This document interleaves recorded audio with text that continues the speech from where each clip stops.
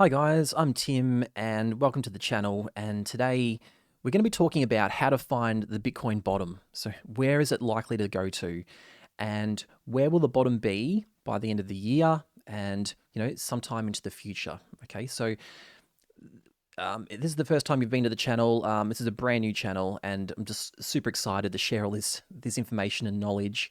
Um, I like to focus on the macro side of things. I'm not a day trader. I'm not looking at, I'm not looking at the 4 hour chart or the 1 hour chart or anything like that. I'm looking at months. I'm looking at years. I'm looking at moving averages that take months or years or even decades. Okay, and it's quite fascinating what you can find with that real macro information, and it just gets rid of all the noise, all the confusion and noise. Are we going up? Are we down? Are we inside a little pennant? What's going on? Just get rid of all that. This simplifies things, and it can help you make longer term investment decisions. Now, this is not financial advice, of course, but I'm really relaying some information that I'm seeing in the charts. This is not really my opinion. I've got some interpretations, I guess, but for the most part, I'm just showing you what the data is showing and what's likely to happen with the trends. Okay, so I love crypto, love Bitcoin, love the markets, love all this macro analysis. So okay, let's zoom out a bit. This is Bitcoin. Okay, now what we're looking at here, the blue line. The dark blue line is the price action, and this is over a daily period. So each of these little bumps is a day. You can see here we've got the 2017 peak, you've got the current peak here, which is in 2021. Back here you got 2013, there's a double peak, and the data doesn't go back any further than 2011, but that's okay. We've got plenty of data here to come up with some trends. Okay, so what I've got here, the shaded area is actually the 50-day moving average. Now this is really interesting, and I'll get to the red line, which is what you've come for the video for. But first of all, the moving averages. This is important to see.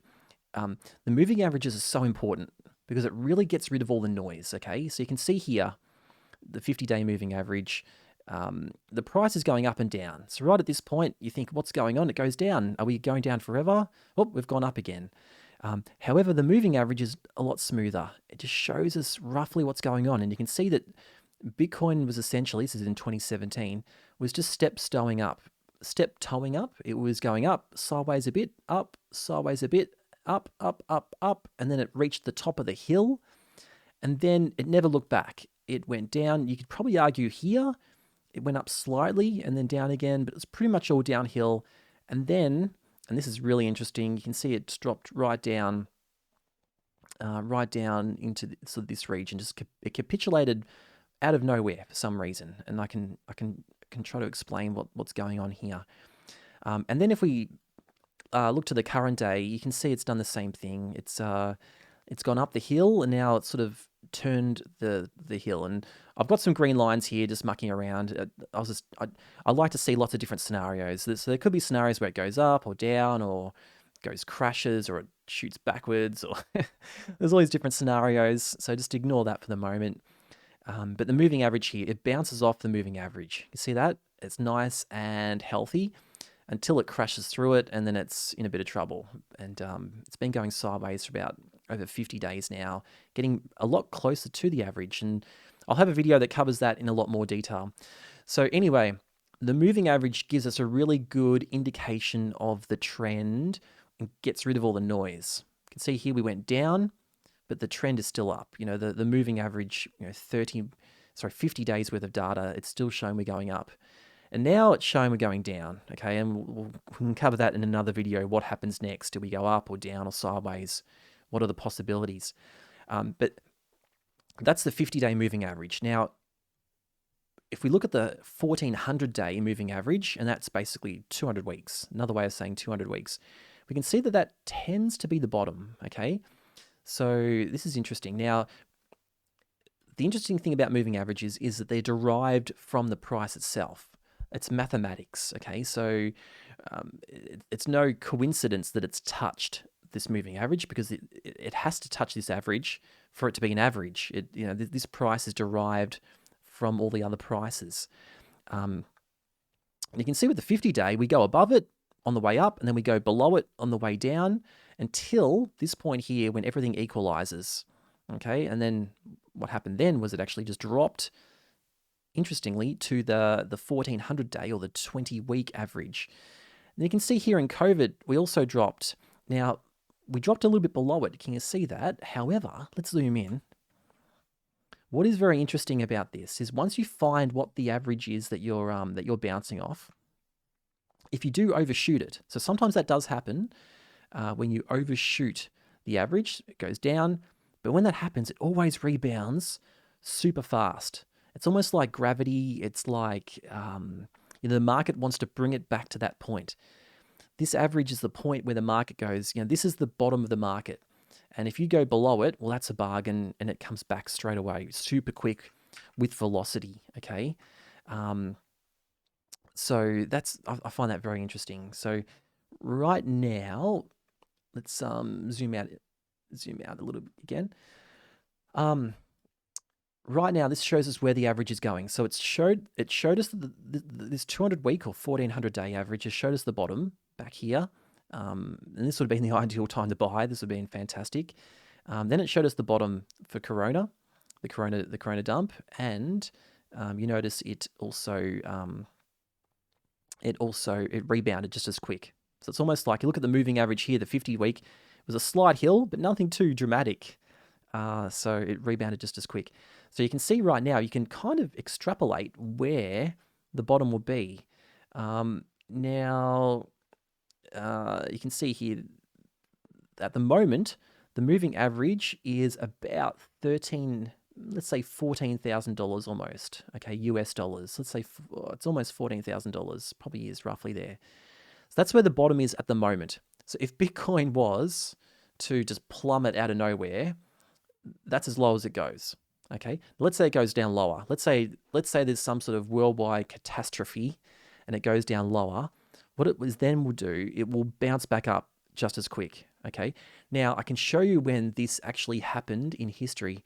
Let's have a look at 1929. Now, this is not Bitcoin. Okay, this is the Dow Jones. This is the market in general. Okay, and I'm using different averages here. This is a 100-year monthly chart of the Dow Jones, and we're looking at this period here, which is 1929 is when the crash occurred.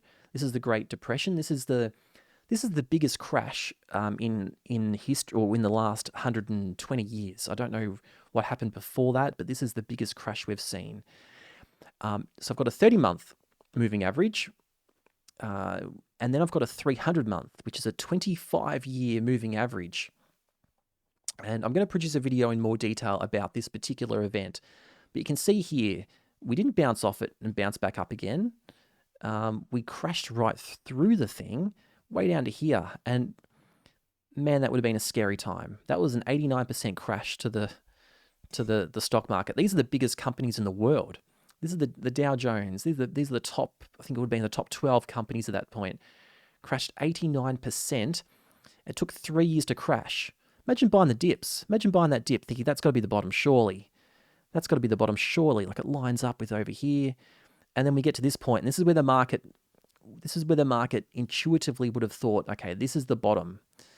And then it overshot by these dips, okay? And it wasn't until it got down to this point that it actually bottomed. But you notice, though, because we got really far from this, really far away from the 25-year average, it actually rebounded quite quick.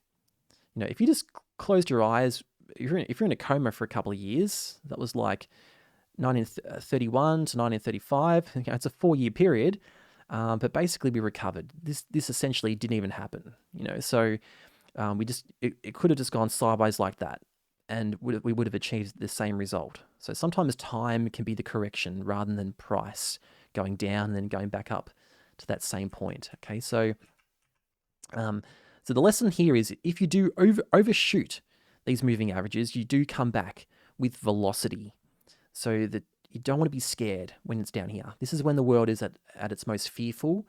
And of course, you know, if you bought down here, you've done all right because the price went up, went down a bit, but bought down here, you're okay. If you bought here, right on the average, you're still okay, but you have to wait a longer period of time. In fact, you had to wait over 10 years before you, I mean, it did go up here, but 10 years before you never see those prices again. Okay, so multiple decade, or at least a decade there. So that's where it's happened in history. Okay, so yeah, so if we are to overshoot that mark, now I don't think it's going to go down there anytime soon, but at some point in the future, we are going to touch that average. And let's say that, and by the way, that average is a moving target, okay? So it's derived from the price. So if Bitcoin all of a sudden does this and goes up, this average will come up too, okay? But because it's a 2-year average, essentially, 1,400 weeks, 1,400 days or 200 weeks, it moves slowly. So the price going up for a bit and coming down just evens out, essentially. So the price would have to stay up and go really high for this average to come up. But you can see at the moment, though, we are at $1,400. So even if the price does come up, it's still going to come up to about 20K. So 20K is about here. So that's 22K. So there is a high probability at some point we touch that, okay? And if we overshoot it, if there's a really bad world event and we overshoot it, we will rebound with velocity. We always rebound with velocity, just like here. You know, you rebound with velocity anyway, but if it does overshoot, it's nothing to worry about. It's not going to fall through the roof and disappear forever. Only if Bitcoin was banned permanently from the entire world would that be the case, but I think that's unlikely to occur. So we have to watch what this moving average does, but it does give us an indication of where the bottom will be. And at the moment, it's still indicating that we are somewhere in this 15, 16K, well, you know, we're in the 14K region. It's moving up. So, you know, it's moving up to this sort of, you know, we don't want to go too far in the future. Let's say it's going up to that 20K region. So that's the Bitcoin bottom that we're expecting. At some point, it will touch it. Either that or the moving average will go up, but the moving average is going to move slowly, so it's not going to go up fast. So the bottom is somewhere in that region.